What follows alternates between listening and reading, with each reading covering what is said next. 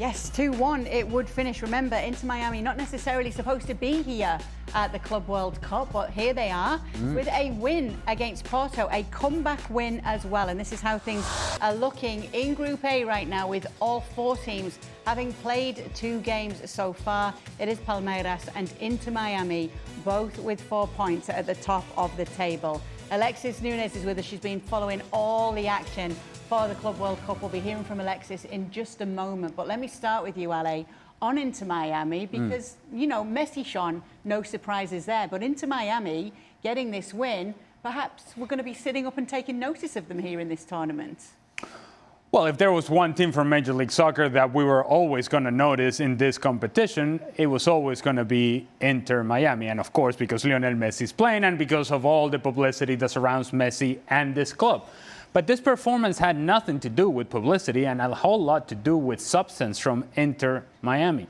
Now, while Porto probably deserves something out of this game, they probably deserve to get at least a draw out of this match. What I can tell you is that coming into this competition, you would have thought in this group stage that there would be a significant difference between Porto and Inter Miami. And based upon what we saw today, that difference is not that significant. So if you are an MLS fan out there and you're hanging on to this sort of games and saying, see, we're catching up with the rest of the world, this is Exhibit A. I thought Inter Miami did really well, defended really well, which is something that they don't do naturally. And there's something about the way that Inter Miami plays offensively that is chaotic. There doesn't seem to be a whole lot of tactical discipline that somehow draws other teams into playing that way as well. Porto got disorganized, and there were times in the first half while Porto had a lot of the ball where Lionel Messi had time and space running at defenders, when Bezkremaski had time and space running at defenders, Telasco Segovia as well. And had Inter Miami made a better decision in the attack, perhaps they could have gotten a chance here or there. Or if maybe Luis Suarez was able to run as he did 10 years ago, which he cannot do right now, there were moments in which he could get in behind and actually finish a chance here and there. Regardless, Porto, of course, pushed in the second half. You would expect that to happen after Inter Miami went up 2-1. I just didn't see enough from Porto. And as excited as MLS fans would be about Inter Miami, if you're a fan of Porto and you're expecting something else from this group, there was nothing really explosive about this team until Borges actually got on the field on the right-hand side and started taking players on down the right-hand side on the outside and finding crosses into the box. Sam was throwing his body around, but not exactly dynamic. You weren't getting enough from the left-hand side either. The midfield, as I said, was out of position defensively. Inter Miami should be excited. Porto, not so much. Yeah, about Inter Miami being excited, though, this has got to be a surprise for some up against a team like Porto to come away with the win today. It was a surprise for me. And yes, if you're Porto, you probably think you do deserve something out of the game. But I don't think you can argue that you got beat. I mean, you can't. Yes, you had more shots. But really and truly, there wasn't really anything between the two sides. And Inter Miami took the chances. And as you said, you know, the chaos you were talking about is Luis Suarez. I mean, whenever he plays, there's chaos. You know, he's tripping people up off the ball, he's banging into people, but he's smart and he makes great runs. And some of the runs he makes, the others follow in a different direction, just naturally. I mean, you talk about a guy who's losing his pace, he's losing his strength, he's losing his balance. But tell you what, his brain, his football brain, is as sharp as a tack. And unfortunately, as you said, a couple of chances he had, he just didn't have the legs to take advantage of it. So, you know what? Inter Miami, in my opinion, deserved the 3 points. Yeah, maybe deserved a few more bums in seats as well, Alexis, in the stadium. From what we were seeing, the stadium wasn't full. We've seen the Mercedes-Benz Stadium when there's been a Copa America game there, when Inter Miami have gone in MLS season games, sold out. So what are we seeing today? Why is it not the case? Yeah, Kay, I suppose that is the big question, to find out why we are not seeing the attendances that people want to see, because we know that when Lionel Messi takes the pitch, he alone can sell out pretty much every stadium. But there is an issue with the weather. It is absolutely scorching here in Miami right now. And I mean, it's not just the fact that it is hot because it's Miami, you expect it to be hot, but it's the humidity as well. And the time that these games are being played, there's about, I think, 70% humidity every day, which makes it feel like over 100 degrees Fahrenheit. And I remember even just getting to the Real Madrid game yesterday at 3 p.m. There's so much traffic. It's rush hour times. Fans are waiting in line. There have been stories, and we have seen fans even fainting in lines. And even when Inter Miami opened the tournament as well, and that was in the night, the heat was very much there. So it's definitely something that has affected not just the players, but the fans themselves, because it's not the most comfortable conditions to go and watch football, even if a Lionel Messi is playing. Well, okay, now that point may be valid to some degree. But what about the games that are played in Atlanta inside a stadium that is a dome, in which the atmosphere and the air conditioning is turned on? Look, I understand that it's hot. And summers in the United States are hot. Shocking news for people. I don't think that we can use that for people not showing up for Inter Miami and what we saw today against Porto. That could be the reason for other games, but not for this match. That's all I'm saying. Is that unfair? No, I suppose, but then we look at it, it's what, 3 p.m. on a Thursday. Can we take that into account? Can we take the fact that some ticket prices may be what people are seeing, what they're perceiving this game to be too high? Well, those are different discussions and different points, but not the fact that the weather, that doesn't affect the game in Atlanta. All I'm saying is, usually, if Inter Miami is playing and Lionel Messi is playing, regardless, people have paid exorbitant amount of money to watch this player and to watch this team because of this player. I don't know that has been the determining factor in the past, or somehow that has kept people from coming because the price to watch Lionel Messi is all that expensive. Maybe we're pricing out people.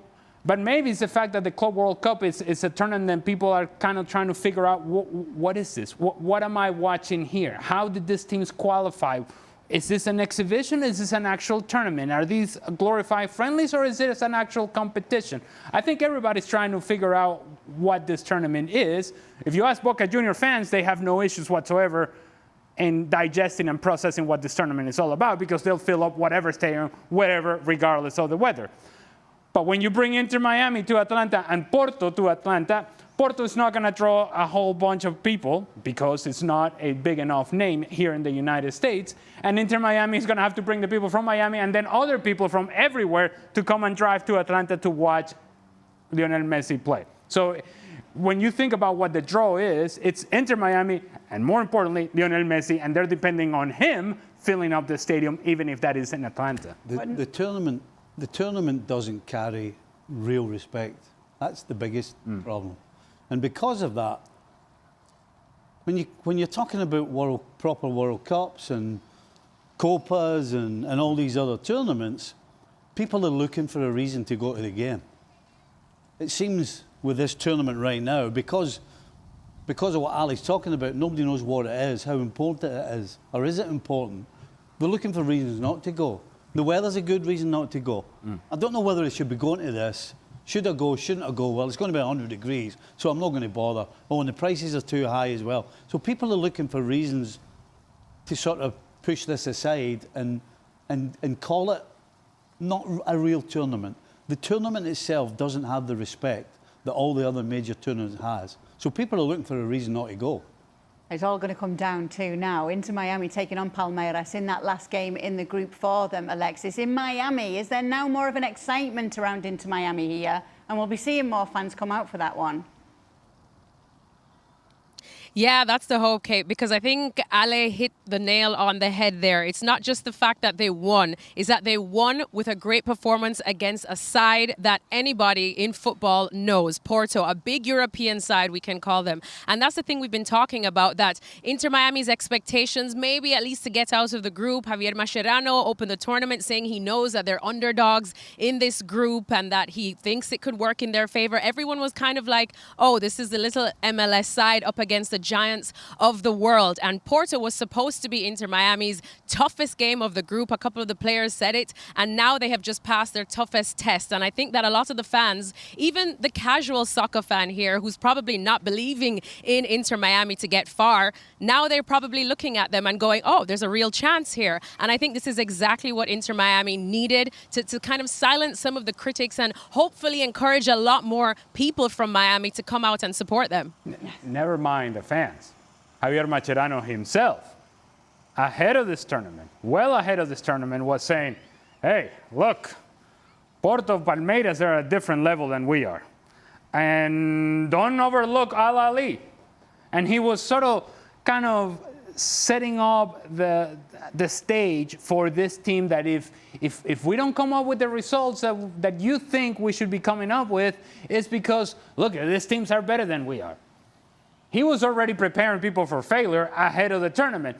Now that they've beaten Porto, all of that goes out the window, and now you're going to have to deliver against Palmeiras at home. Because when you win, and you're Lionel Messi, and you're Inter Miami, and all the eyes of MLS and all the eyes of the world are on you because it's a Club World Cup, then now you're going to have to back this performance up with yet another good performance. That's the responsibility that good teams have to go through, and that's the responsibility now of Inter Miami. You can no longer deflect away the responsibility and the pressure of the moment because you've proven to be good enough to beat what was perceived to be the best team in this group. Look at how things are shaping up in the group so far. That game's taking place on Friday, but ahead of it, Alexis actually spoke with Serge Gnabry. But first, Jonathan Tah about Bayern's next opponents.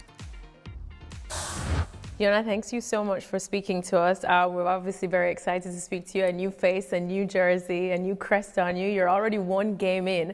And then now, of course, you guys have Boca Juniors. We know Argentinians love their football. I don't know if you saw their game against Benfica with all the fans. What about you? How do you see this matchup between you guys and them? Yeah, I mean, it will be a completely different match to our first match. And yeah, the fans, the club is so big, and even when you're in Europe, you know Boca Juniors. So yeah, it will be a different game. It will be tough, but for sure we're going to go into the game and with the same goal to win it. The key is to keep calm, play our game, play the way we want to play, and not focusing too much on, you know, those little fights in between. I mean, we have to be tough in duels, that's for sure, but just focusing on our game and do what we have to do, and I think that will be the key to win that game.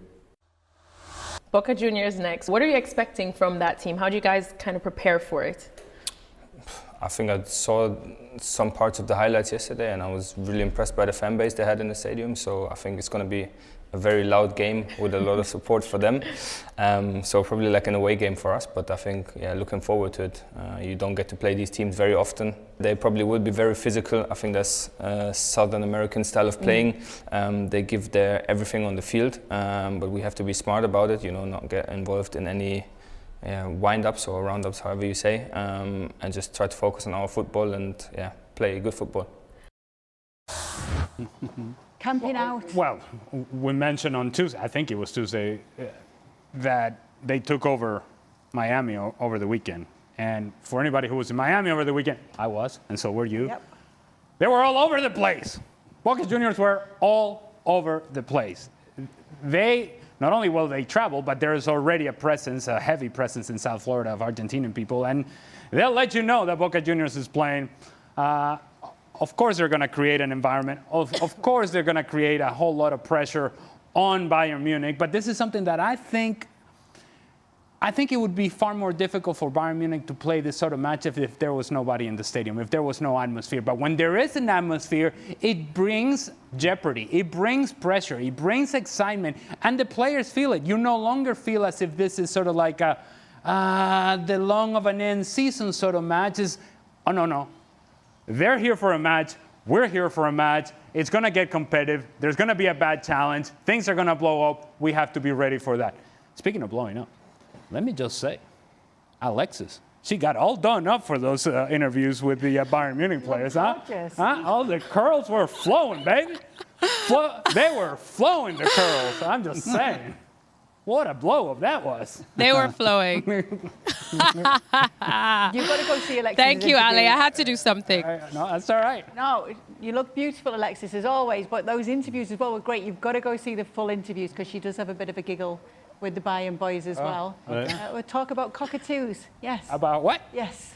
Birds, basically. All right. But anyway, go check it out. Alexis, thank you so much for being with us. We'll get to speak to you again very soon. These are Friday's Club World Cup games coming up. Benfica against Auckland, Flamengo taking on Chelsea, LAFC against Esperance, and Bayern Munich taking on Boca Juniors. Of course, all matches streaming live on DAZN. Diario AS front page telling us that Xavi has got some work to do. This is the headline after Real Madrid's 1-1 draw with Al Hilal in what was Xabi Alonso's debut as Real Madrid coach. Thibaut Courtois was speaking after the game and said this. He said, "We've been with Carlo Ancelotti for 4 years. We've got our routines and now we have to change them to what the new coach wants. It's not something that can be changed in 4 days. It doesn't happen immediately. We're watching videos and talking a lot. We'll learn from this game and things will improve in the future." Alex Kirkland is with us now. He's been watching Real Madrid training, dealing with the sweltering heat as well. And I'm sure, Alex, with this 1-1 draw in the Club World Cup, there has been no overreaction from the Madrid fans or the Madrid media. Surely not. Yeah, I know they do have form for that kind of thing, don't they, Kay? But I think there is this time a recognition and acceptance that this is entirely to be expected, that this kind of change, this kind of transformation that Xabi Alonso is looking to implement doesn't happen overnight. We heard it, as you said, from Thibaut Courtois after the game, you know, having been with a previous coach, a previous regime for literally years and having just a few days with Xabi Alonso. This was always going to be, as Xabi Alonso said himself the other day, a process. Look, that process needs to be accelerated a little bit because of this Club World Cup. It's not a normal pre-season. They haven't had, weeks and weeks to look to implement his ideas. They've had a few days, literally a few days. It was just a week ago on Monday that Xabi Alonso took his first training session with Real Madrid. So I don't think it's a surprise. We haven't seen too much of an overreaction, but yes, there has been some criticism of that Real Madrid performance in that first game against Al Hilal, which was a little bit flat, a little bit familiar, really. It felt like the Real Madrid of last season. It didn't feel like a new Real Madrid in many ways, apart from some new faces like Dean House and Trent Alexander-Arnold. But like I said, this was always going to take time. Yes, so what would you rather do, Stevie, as a coach? Would you rather be getting these games, the experience of these games, coming in to see your team, or would you rather just have 2 months on the training field with them to work out some new systems? Oh, it's dead easy. You'd rather be on the training field. To have to do it in an environment where you still have to win. I mean, players, Courtois talking about, we're watching videos. I don't know the modern day player, but I certainly know in my day, nobody wanted anything to do with sitting in a room and looking at video and over. Because generally in the video, it involves 1 or 2 people, so the other 28 or many in it are having a kip, and you've got to wake them up to move on to the next thing. As a coach, you want your pre-season on the field where you can go over it and over it and over it and stop it and start again till the players are blue in the face.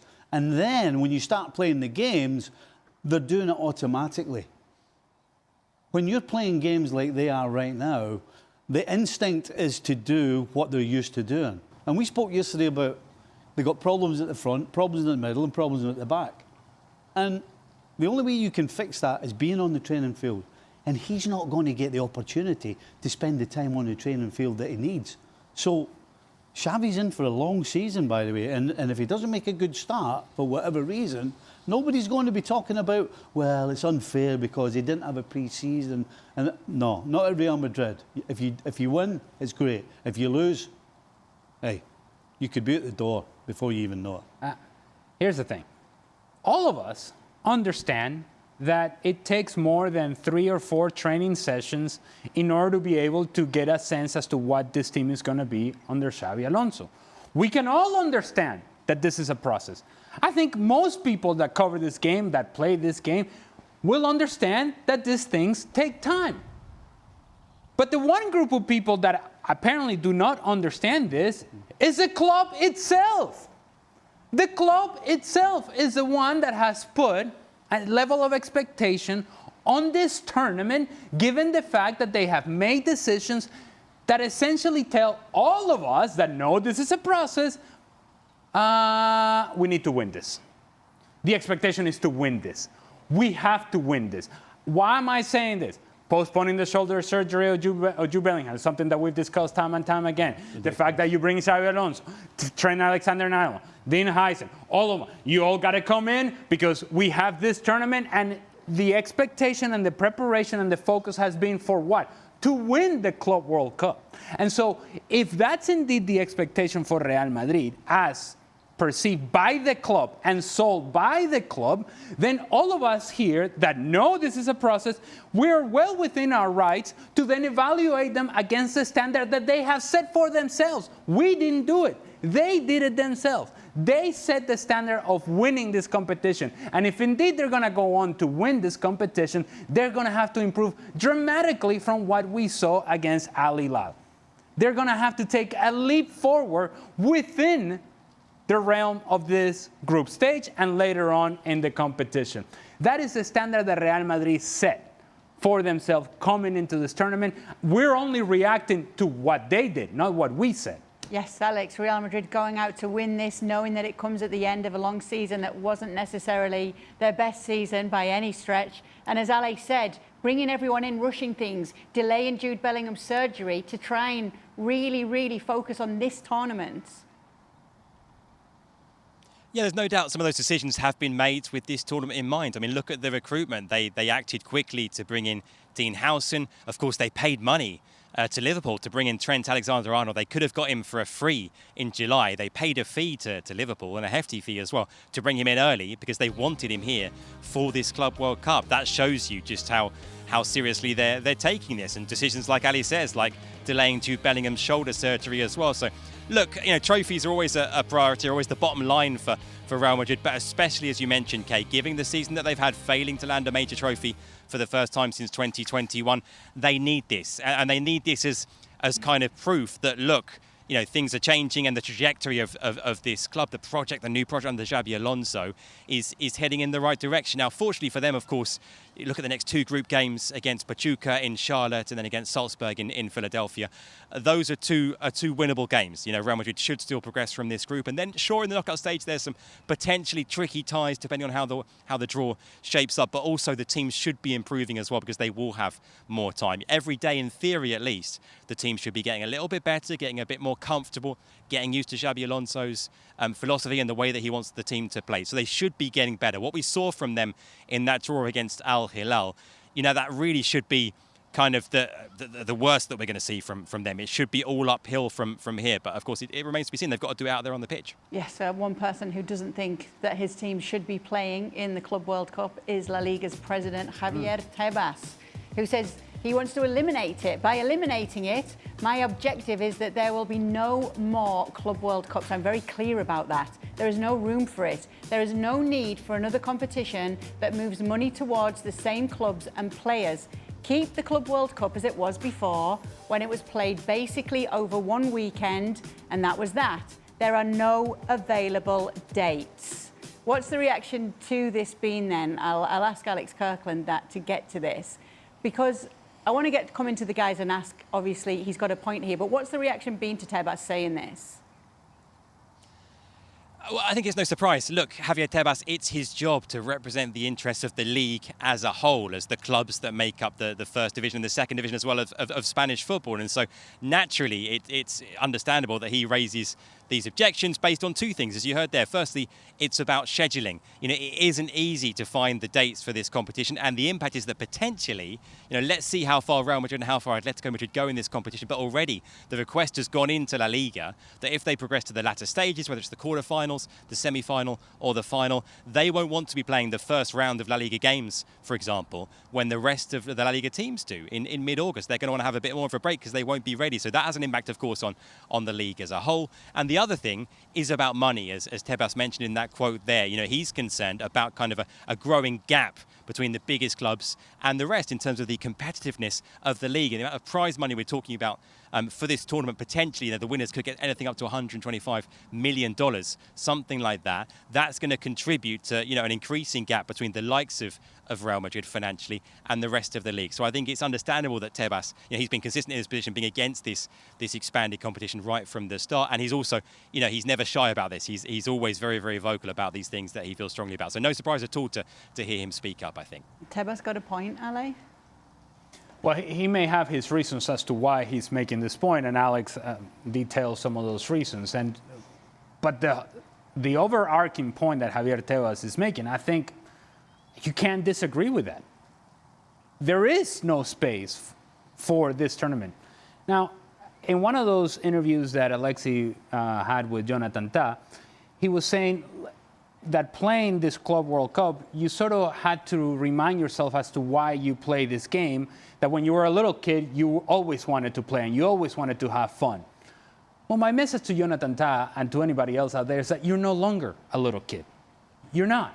And your body is not of a little kid who could play all day, every day. The bodies of these players that have had a long European season in particular, they need rest. They need rest. And what we're doing, and I think is what Javier Tebas is also afraid of, is we're killing the product. We're killing the product coming up in the upcoming season. What happens? And we're going to talk with the things that are facts. For example, Jude Bellingham delaying his shoulder surgery. That means that Jude Bellingham is not going to be available for the open of the season for Real Madrid. One of the best players in La Liga will not be available for one of the best teams in La Liga. Now, that's a decision made by Real Madrid, but it's a decision that comes about because of the Club World Cup. And so there is no time for the players to reset, to unplug, to go rest, to get your R&R, rest and relaxation, get away from the game so that when August comes around, you're ready to go. When August comes around, for some of this team or for a lot of these teams, the legs are not going to be there. And so now you're sacrificing the start of the upcoming season and the quality of the upcoming season. And that's across the board in all these teams that will start a season back again in Europe. We're not taking care of the players. We're not taking care of the welfare of the players or the interest of the players. And then we're going to demand from the players, because this is what we do, we're going to demand from the players, I want to see your best. All the time, every time. Because people don't care about what happens between Monday and Wednesday and Friday. They only care about what happens on the weekend when you show up. It's in your responsibility to put the best performance. If you have been carrying this load of work throughout the course of the summer and you didn't get your break, at some point this is going to show up. At some point you're going to get injured. At some point you're going to break, because these players are not machines. And the flip side of it, though, Stevie, on the Liverpool perspective, you're looking at it thinking, we didn't have to play this, and our competitors are actually in this tournament. I'm absolutely getting delighted. tired of legs. I'm absolutely delighted from a Liverpool point of view. And all the things Ali's pointed out there, you put them all together, and what I've come up with is there is not one good reason for having this tournament. There isn't a good reason. It's not good for the players. It's not good for the coaches. It's going to affect, as much as the guys, particularly Perez at Real Madrid, he doesn't understand. This is going to affect him during the season as well. And then you've got a tournament that possibly has teams that are not in it that could win it. I mean, it's just, there's not a good reason for this tournament. There isn't any time for it. We shouldn't be doing it. And the clubs need to get together. The players' unions need to get together and completely banish this thing and never do it ever again. If you can, they've squeezed a weekend previously around Christmas. Okay, that's fine. But this actual tournament has to disappear for all the reasons that Ali's talking about. And we will see it just after Christmas next year around Europe. The teams that have played in this tournament are going to hit a wall big time. And then everybody's going to be complaining about how they're not performing, particularly the Madrids of this world. So, yeah, I mean, there just isn't a good reason for this tournament at all. And in fact, the best reason of all for getting rid of it so far is people really don't want to see it anyway. So, again, There's not a good reason for it, not one. Nico Williams to Barcelona. What more can you tell us? Yeah, it's not a new name to be linked to Barcelona. Of course, we spent much of last summer talking about Nico Williams as a target for Barcelona. It didn't happen last year. Essentially, Barca weren't in a position financially to make it happen last year. It's back on the agenda this year, and the biggest development, I think, in the last couple of days is Nico Williams making it pretty clear, certainly according to reports, that Barcelona are his preferred destination, not interested in the Premier League, in Bayern Munich. He wants to go to Barcelona, and certainly reports in the last 24 hours that in terms of a contract, in terms of a deal for the player, that those sort of terms are agreed and in place. Now, of course, that's not to say that it's a done deal, because the next big step will be for Barcelona and Athletic Club to negotiate. Now, of course, negotiation wouldn't be necessary if Barca wanted to go and pay Nico Williams his release clause, which is 58 million euros. But given Barca's finances even now, they're not necessarily in a position to go and pay that kind of money all in one go. They've just paid the release clause of Joan Garcia, the Espanyol goalkeeper, of course. And so if they were to want to negotiate some sort of deal in terms of structuring the payments, they'd have to go and talk to Athletic Club. And the relationship between Barca and Athletic Club isn't the best, partly because of, I think, Athletic being unhappy with the Nico Williams pursuit last summer. So there's potentially some issues there in terms of the two clubs reaching an agreement. So it's certainly not a done deal. It's certainly not all over, but it looks like Nico Williams wants to go to Barca. And in terms of the agreement between Barcelona and the player, it doesn't look like there'd be any issues there. So that's obviously the financial side of things and the transfer side of things. On the pitch, this happens. We're going to be asking you this all summer. You know, it's not the first time, won't be the last. How does this work? I thought you were going to ask me what happens with Rafinha. I thought that was a question. This is what we're asking. What's happening on the pitch now? Rafinha, let's just go back before we go forward. Now, we went through this last summer, and Rafinha seemed to be on his way out to make space for Nico Williams. Now, he goes on to have the sort of season in which some people would argue, and I wouldn't argue against it, that he should be one of the front runners for Ballon d'Or. That's the sort of season that Rafinha had for Barcelona. And the reward for his performance is, you know what? You know that thing that was pushing you out the door last summer? We're actually going to go and revisit that.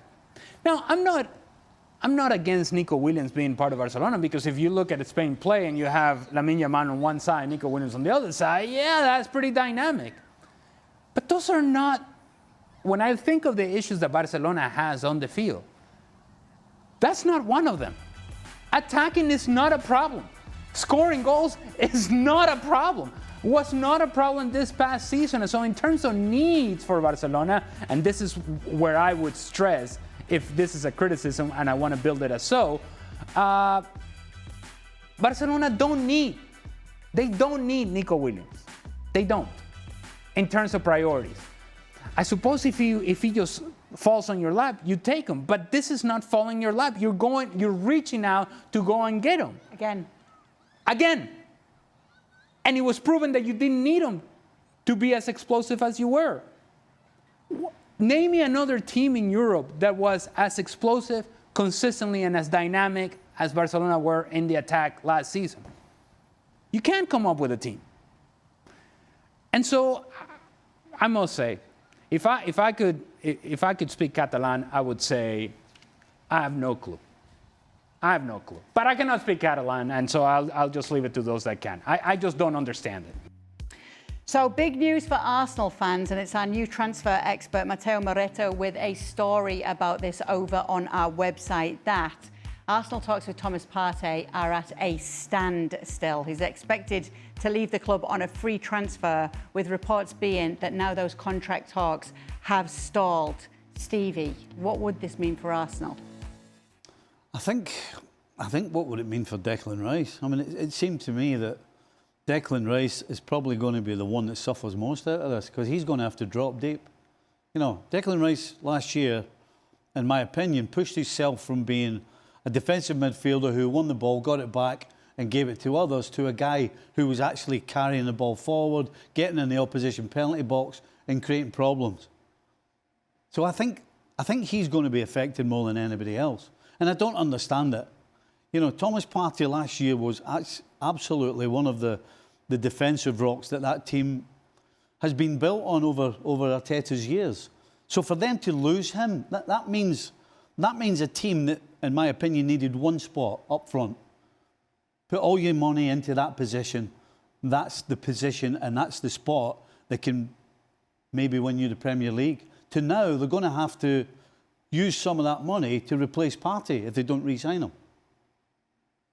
So every which way you look, it weakens Arsenal. It weakens them from the Declan Rice point of view. It weakens them from a financial point of view. It weakens them being able to go and spend a lot of money on a centre forward.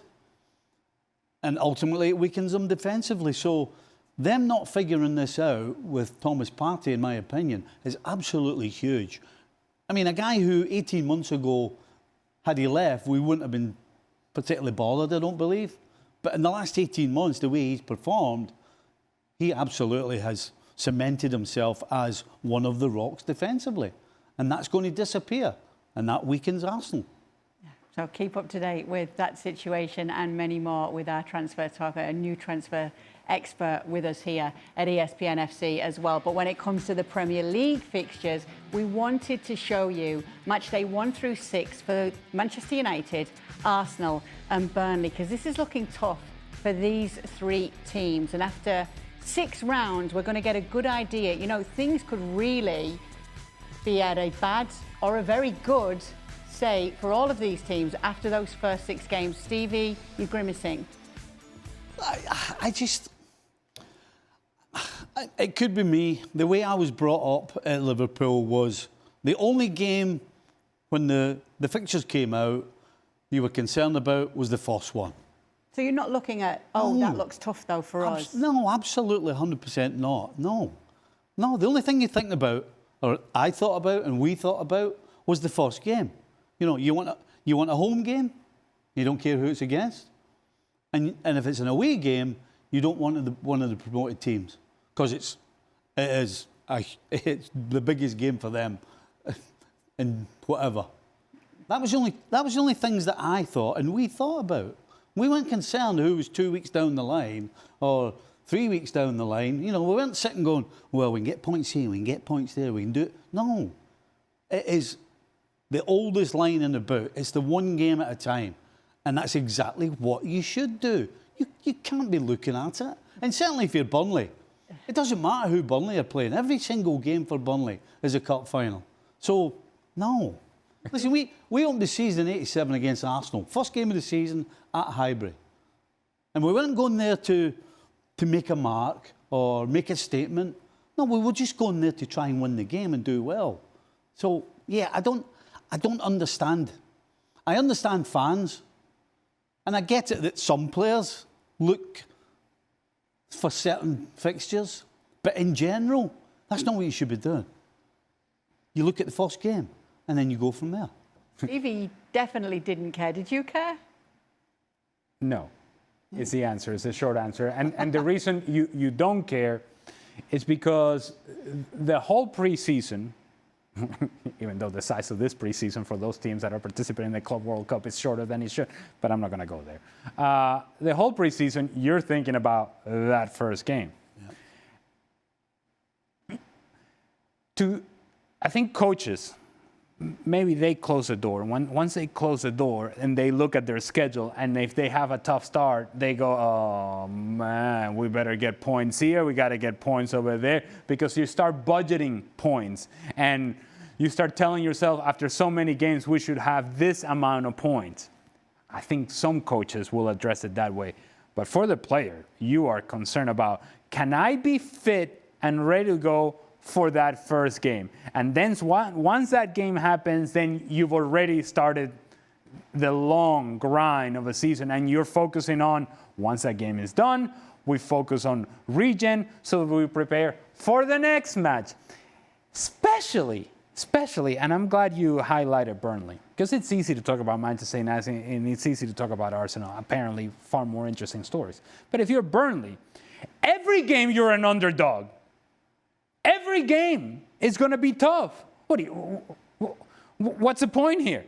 What are we trying to say about Burnley? Every time they show up to play, it's going to be difficult. It's going to be a grind, and they're going to have to survive many of these matches. So to say they have a tough first 6 matches, how about they're going to have a tough 30 matches? It's going to be a difficult season regardless. As for Manchester United, I don't even know what we're showing them because according to their board, a couple of weeks ago, or actually not even that long ago, they said, listen, the project is for 2028. 2028.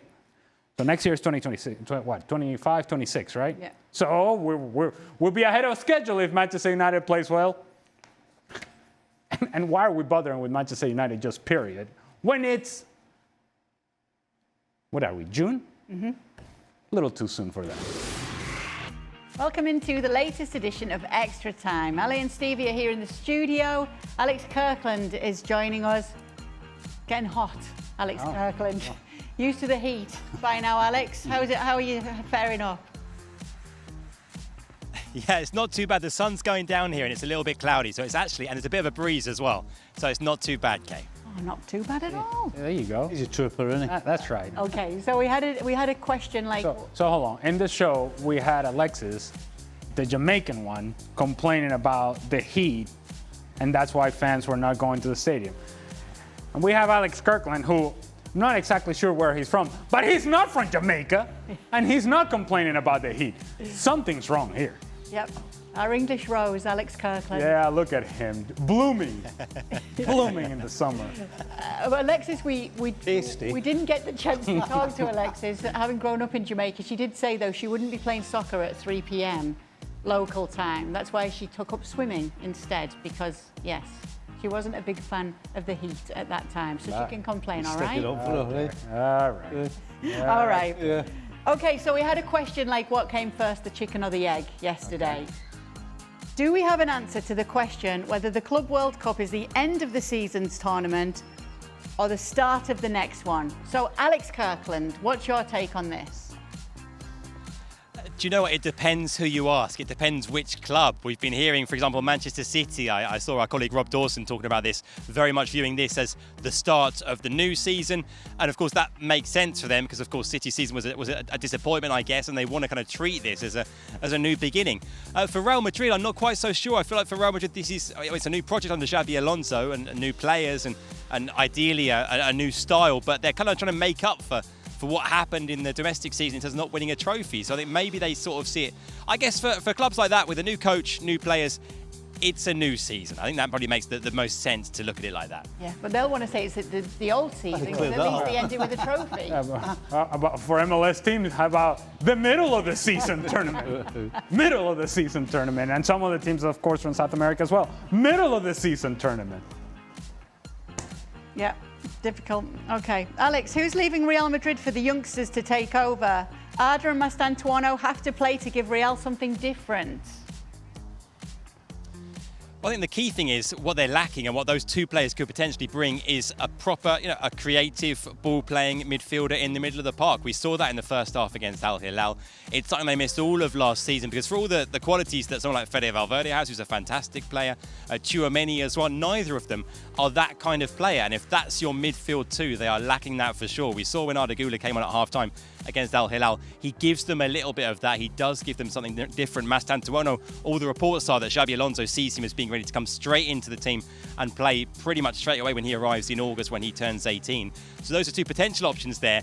But is there another option? Do they need another player? I think they probably do, because while those are both two really talented young players for the future, are they ready to come in right now and be the guy for Real Madrid in terms of central midfield creativity? I'm not sure that they are. So I think someone else potentially needs to come in as well. But there's no doubt that's what the team are lacking, no question. Is that white car? Is that white car that just went behind Alex? Are they just doing donuts around Alex? Because when Alexi was talking, I think the same white car went behind him. Aye, you're right, aye. I'm just saying. It was. Where's our security? Were you listening to anything Alex said? I was concerned about his safety. I was concerned about his safety. Maybe that's his bodyguard. Is that it? Well, I don't know. Yeah. I like her. You need to be worried because he's just said that Xabi Alonso's got plans for Mastantuono, so you're going to have to learn how to say his name. What? No, I'll be all right. He'll no play. What I would say is, and I was listening to Alex, is a difference between Carlo Ancelotti and Xabi Alonso could very well be the fact that he's willing to play these younger guys right away. Whereas, maybe that's the case. We don't know that for certain, but maybe that's the case. Whereas Ancelotti, he was, let's just say, hesitant to play these younger guys up until he felt like he had, or those players had earned his trust. We don't think that he actually got that from Arda Güler consistently enough, and that's why he didn't play nearly as much. We know for certain that a guy like Rodrigo, towards the end of the season, that trust seemed to have gone, and this is a guy who has played an important role for Real Madrid in the past, and he was sat on the bench. I'm just saying, maybe Xabi Alonso is more willing than Ancelotti was to play these younger guys. Okay, European fans and players are giving the end of season excuse to explain themselves. But in comparison with South American clubs, which are mid-season, they already had in 2025 alone the same amount of matches as Europeans in the whole season. Are these excuses really valid, Stevie? Yes. Yeah. I mean, I think you've got to look at all the teams on face value and look at what they've been doing, how much pressure they've been under, and you know, there are so many things that you have to look at. And so 100% I think that you have to say that a lot of these players just need a break. And if they need a break, then they're not going to be at their best. No. So, yeah, the excuses are valid, absolutely valid. I'm not laughing at you, I'm just laughing at what does sound like donuts in the background. I'm just telling you, they're driving circles around Alex. Okay. PSG versus Inter Miami, Ale, in knockouts of the Club World Cup. Could we see a similar score that includes a touchdown and field goal like Bayern versus Auckland? No, I don't think so. PSG may very well beat Inter Miami and maybe is a blowout, perhaps, but not to the point that it was Bayern Auckland City. I don't think it's that quite of a mismatch. However, PSG may just expose some of this chaos that Inter Miami has offensively and defensively, for that matter, with the quality of their possession, and they'll expose some of the frailties that Inter Miami has. But if Inter Miami loses to PSG, there's nobody saying, oh, I didn't see this one coming. Yeah. That is to be expected. I think in the eyes of Inter Miami and in the eyes of Major League Soccer, what you want is to be competitive. What you want is to be a team that feels like at the very least they belong on the same field as a team like PSG, and you want to hang in there for as long as possible, and maybe you make it interesting. That's what you're trying to do. Anything else other than that, you'll take that as a major win and a major bonus. This is the last question, but it was a perfect question for Alex Kirkland, who we have here tonight, who for a living covers Real Madrid for us here at ESPN FC, but is an Arsenal fan. And so with that being said, Alex, which of these two managers is under more pressure to win next season, Arteta or Xabi Alonso? And who is more likely to win silverware?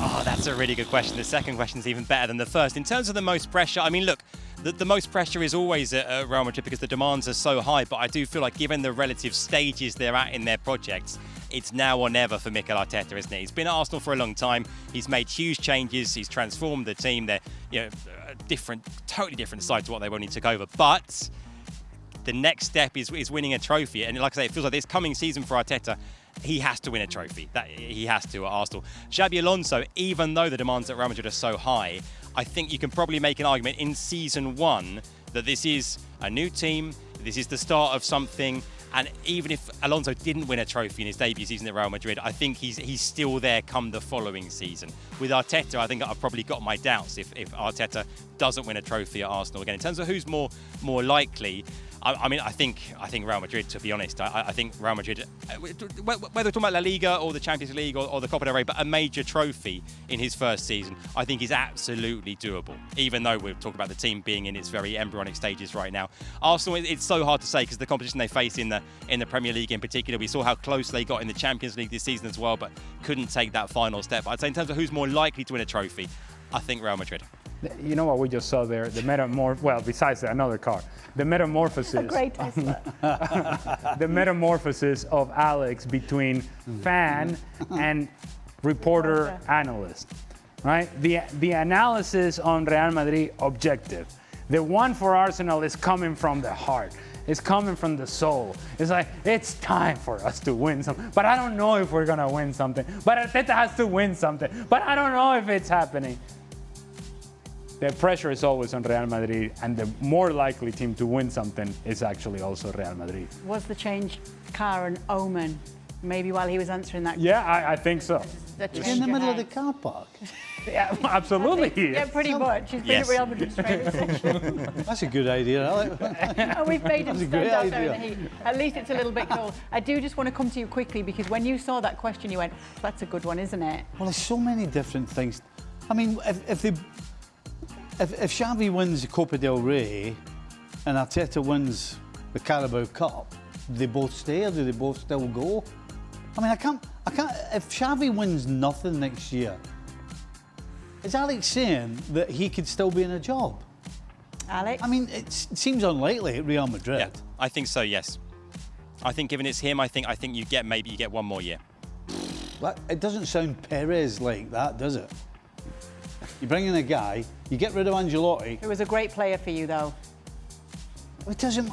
Let me tell you, regardless of what you do as a player, when you become the coach or the manager and you're getting beat and you're not winning, that whole player thing sort of disappears into the background, because it loses its charm after a while when you're the coach. Is this the background? This is the background. That's the old thanks for coming, see you later. Okay. That doesn't count. All right, that's a background. All right. You were a great player, great, but you know what? Doesn't count anymore, because now you're the coach and you've won nothing.